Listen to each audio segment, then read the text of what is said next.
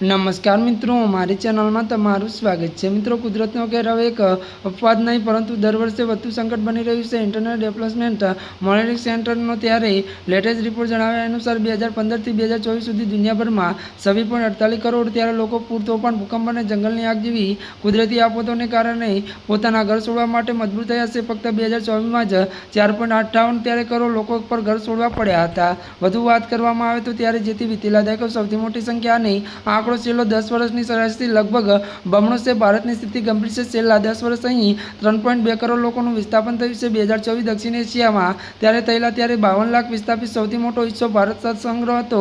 2019માં ચક્રવાતની અને બુલબુલ 4 લાખથી વધુ લોકો બેઘર કર્યા છે।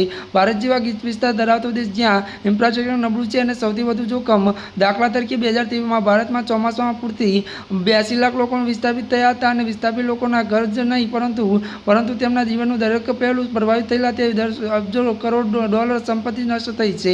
ત્યારે મિત્રો, આજના માટે આટલું જ। અમારી ચેનલમાં નવા હોય તો અમારી ચેનલને લાઇક, શેર અને સબસ્ક્રાઈબ કરી દેજો।